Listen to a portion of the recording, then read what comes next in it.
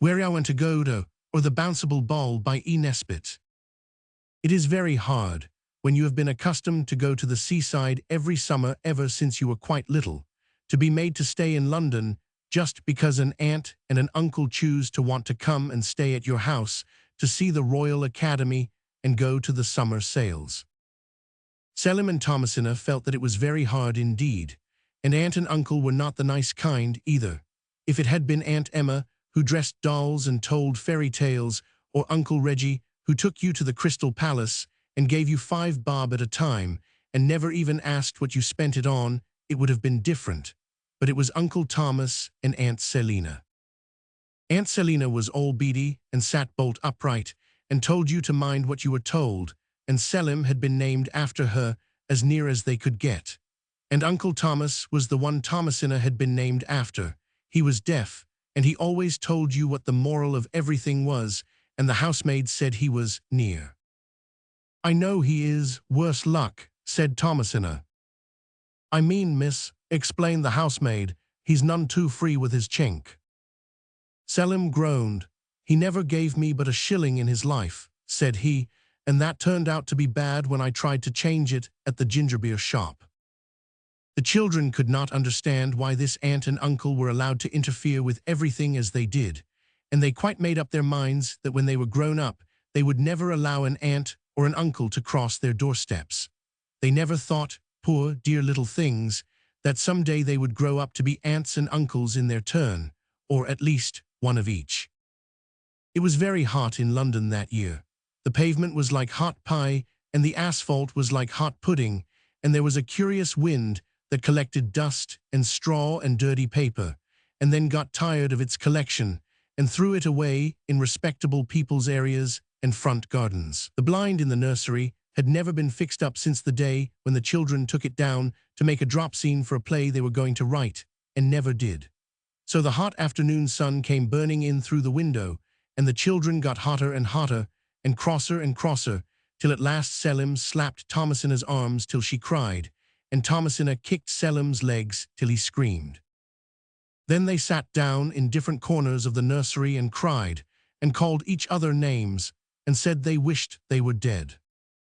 This is very naughty indeed, as of course you know, but you must remember how hot it was. When they had called each other all the names they could think of, Thomasina said suddenly, "All right, silly, that was Selim's pet name, cheer up." "It's too hot to cheer up," said Selim gloomily. "We've been very naughty," said Thomasina, rubbing her eyes with the paint rag, "but it's all the heat.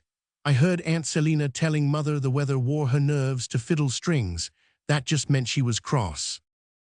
"Then it's not our fault," said Selim. "People say be good, and you'll be happy. Uncle Reggie says, be happy, and perhaps you'll be good. I could be good if I was happy." "So could I," said Thomasina. "What would make you happy?" said a thick, wheezy voice from the toy cupboard, and out rolled the big green and red India-rubber ball that Aunt Emma had sent them last week. They had not played with it much, because the garden was so hot and sunny, and when they wanted to play with it in the street, on the shady side, Aunt Selina had said it was not like respectable children, so they weren't allowed. Now the ball rolled out very slowly, and the bright light on its new paint seemed to make it wink at them. You will think that they were surprised to hear a ball speak. Not at all. As you grow up, and more strange things happen to you, you will find that the more astonishing a thing is, the less it surprises you. I wonder why this is. Think it over, and write and tell me what you think. Selim stood up and said, "Halloa," but that was only out of politeness. Thomasina answered the ball's question. "We want to be at the seaside, and no aunts, and none of the things we don't like, and no uncles, of course," she said. "Well," said the ball, "if you think you can be good, why not set me bouncing?" "We're not allowed in here," said Thomasina, "because of the crinkly ornaments people give me on my birthdays." "Well, the street then," said the ball, "the nice shady side." "It's not like respectable children," said Selim sadly. The ball laughed. If you have never heard an India-rubber ball laugh, you won't understand. It's the sort of quicker, quicker, softer, softer, softer chuckle of a bounce that it gives when it's settling down when you're tired of bouncing it. "The garden, then," it said. "I don't mind if you'll go on talking," said Selim kindly. So they took the bowl down into the garden and began to bounce it in the sun, on the dry, yellowy grass of the lawn. "Come on," said the bowl, "you do like me." "What?" said the children. "Why, do like I do bounce," said the bowl. "That's right, higher, higher, higher."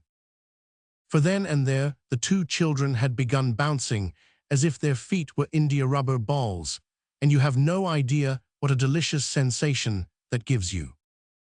"Higher, higher," cried the green and red bowl, bouncing excitedly. "Now follow me, higher, higher." And off it bounced down the blackened gravel of the path, and the children bounced after it, shrieking with delight at the new feeling. They bounced over the wall, all three of them, and the children looked back just in time to see Uncle Thomas tapping at the window and saying, "Don't."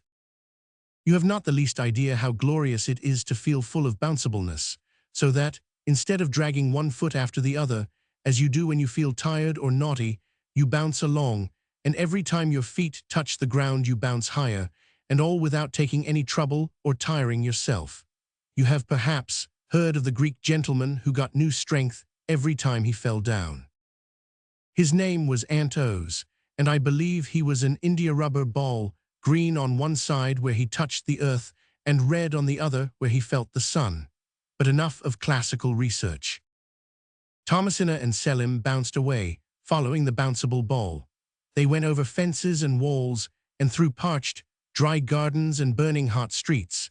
They passed the region where fields of cabbages and rows of yellow brick cottages marked the division between London and the suburbs. They bounced through the suburbs, dusty and neat, with geraniums in the front gardens and all the blinds pulled halfway down.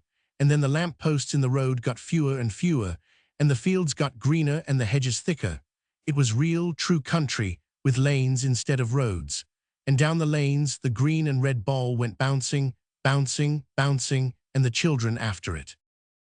Thomasina in her white, starched frock, very prickly round the neck, and Selim in his everyday sailor suit, a little tight under the arms. His Sunday one was a size larger. No one seemed to notice them, but they noticed and pitied the children who were being taken for a walk in the gritty suburban roads. "Where are we going?" they asked the ball, and it answered with a sparkling green and red smile. "To the most delightful place in the world." "What's it called?" asked Selim. "It's called WHEREYOUWANTOGOTO," the ball answered, and on they went. It was a wonderful journey, up and down, looking through the hedges and over them, looking in at the doors of cottages, and then in at the top windows, up and down, bounce, bounce, bounce. And at last they came to the sea, and the bouncing ball said, "Here you are, now be good, for there's nothing here but the things that make people happy." And with that he curled himself up like a ball in the shadow of a wet seaweedy rock and went to sleep, for he was tired out with his long journey. The children stopped bouncing and looked about them. "Oh, Tommy," said Selim. "Oh, silly," said Thomasina, and well they might. In the place to which the ball had brought them was all that your fancy can possibly paint, and a great deal more beside. The children feel exactly as you do when you've had the long, hot, dirty train journey, and everyone has been so cross about the boxes and the little brown portmanteau that was left behind at the junction. And then, when you get to your lodgings, you are told that you may run down and have a look at the sea if you're back by tea time, and mother and nurse will unpack. Only Thomasina and her brother had not had a tiresome journey, and there were no nasty, stuffy lodgings for them, and no tea with oily butter and a new pot of marmalade. "There's silver sand," said she, "miles of it." "And rocks," said he. "And cliffs. And caves in the cliffs." "And how cool it is," said Thomasina. "And yet it's nice and warm too," said Selim. "And what shells. And seaweed. And the downs behind. And trees in the distance.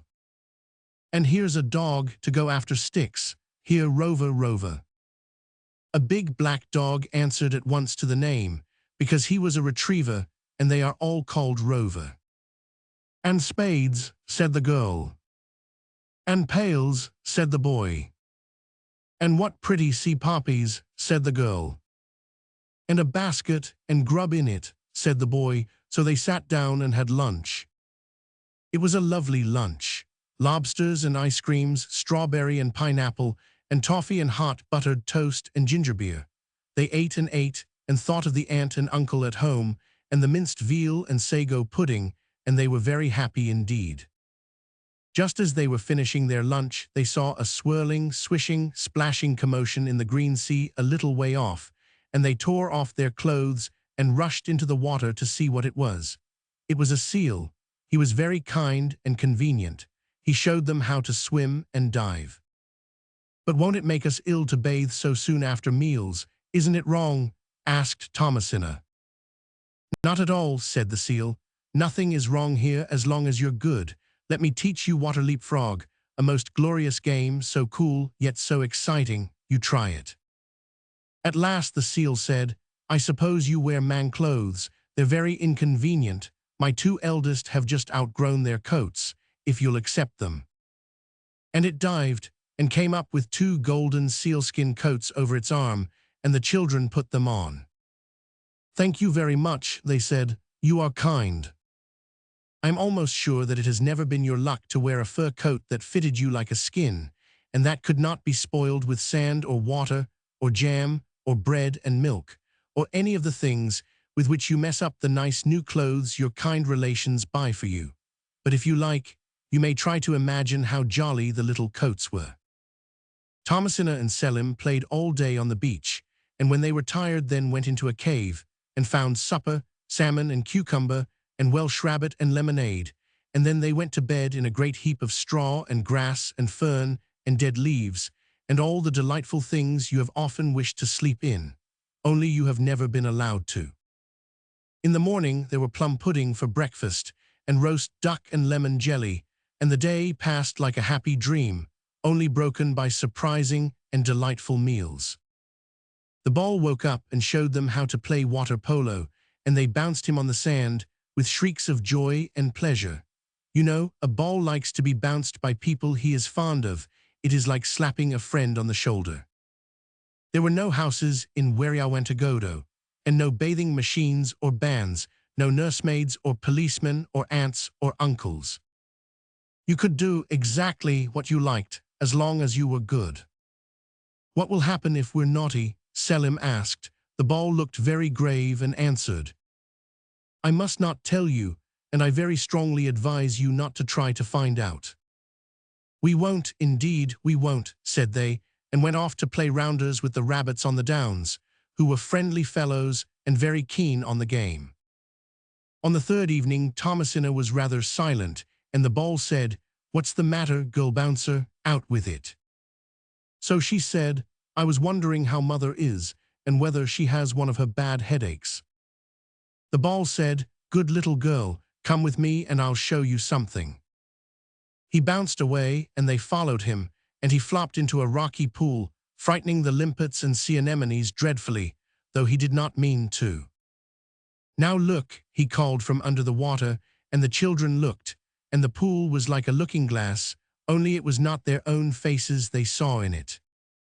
They saw the drawing-room at home, and father and mother, who were both quite well, only they looked tired, and the aunt and uncle were there, and Uncle Thomas was saying, What a blessing those children are away. Then they know where we are, said Selim to the ball. They think they know, said the ball, or you think they know. Anyway, they're happy enough. Good night. And he curled himself up like a ball in his favorite sleeping place. The two children crept into their pleasant, soft, sweet nest of straw and leaves and fern and grass and went to sleep. But Selim was vexed with Thomasina because she had thought of mother before he had, and he said she had taken all the fern, and they went to sleep rather cross. They woke crosser. So far they had both helped to make the bed every morning, but today neither wanted to. I don't see why I should make the beds, said he. It's a girl's work, not a boy's. I don't see why I should do it, said Thomasina. It's a servant's place, not a young lady's. And then a very strange and terrible thing happened. Quite suddenly, out of nothing and out of nowhere, appeared a housemaid, large and stern and very neat indeed, and she said, "You are quite right, miss. It is my place to make the beds, and I am instructed to see that you are both in bed by 7. Think how dreadful this must have been to children who had been going to bed just when they felt inclined. They went out on to the beach." "You see what comes of being naughty," said Thomasina, and Selim said, "Oh, shut up, do." They cheered up towards dinner time. It was roast pigeons that day, and bread sauce, and whitebait and syllabubs, and for the rest of the day they were as good as gold, and very polite to the ball. Selim told it all about the dreadful apparition of the housemaid, and it shook its head. "I know you've never seen a ball do that, and very likely you never will," and said, "My Bouncible boy, you may be happy here for ever and ever if you're contented and good. Otherwise, well, it's 6:45, you've got to go." And sure enough, they had to, and the housemaid put them to bed and washed them with yellow soap, and some of it got in their eyes. And she lit a night light and sat with them till they went to sleep, so that they couldn't talk, and were ever so much longer getting to sleep than they would have been if she had not been there. And the beds were iron, with mattresses and hot, stuffy, fluffy sheets, and many more new blankets than they wanted.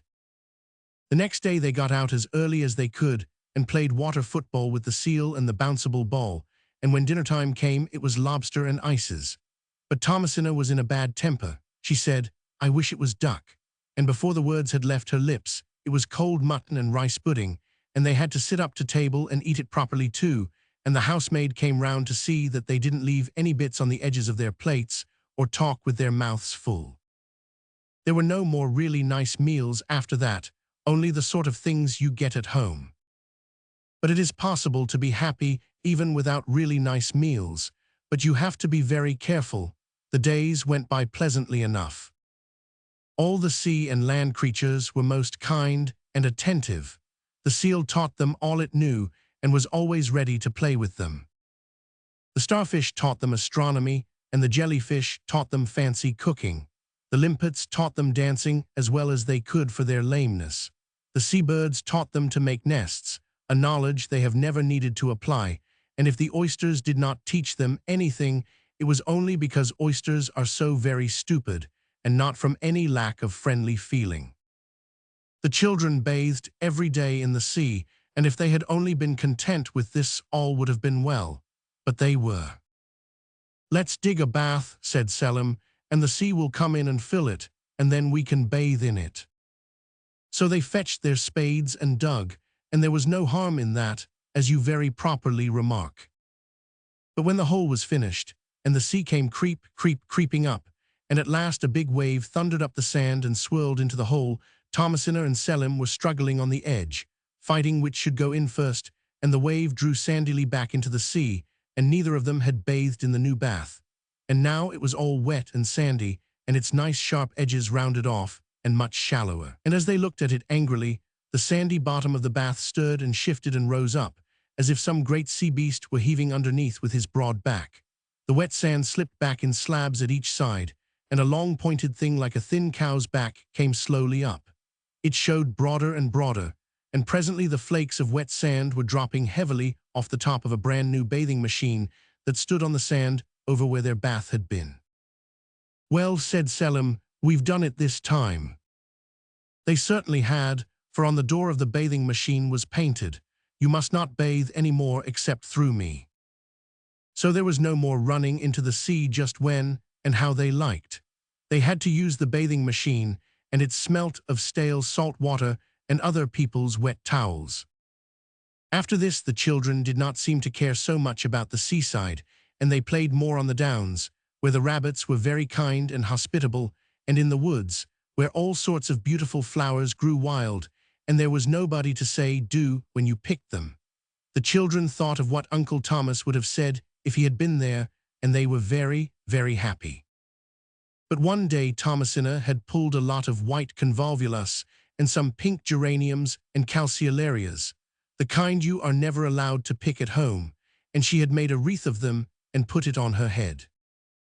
Then Selim said, "You are silly, you look like a bank holiday." And his sister said, I can't help it. They'd look lovely on a hat if they were only artificial. I wish I had a hat.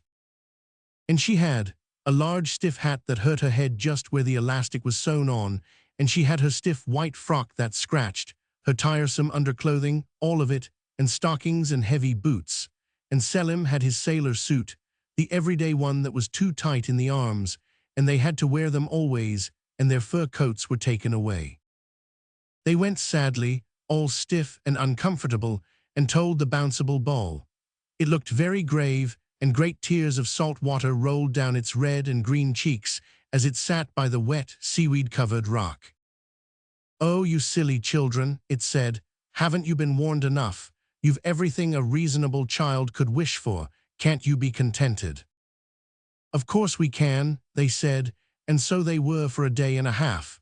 And then it wasn't exactly discontent, but real naughtiness that brought them to grief. They were playing on the downs, by the edge of the wood, under the heliotrope tree.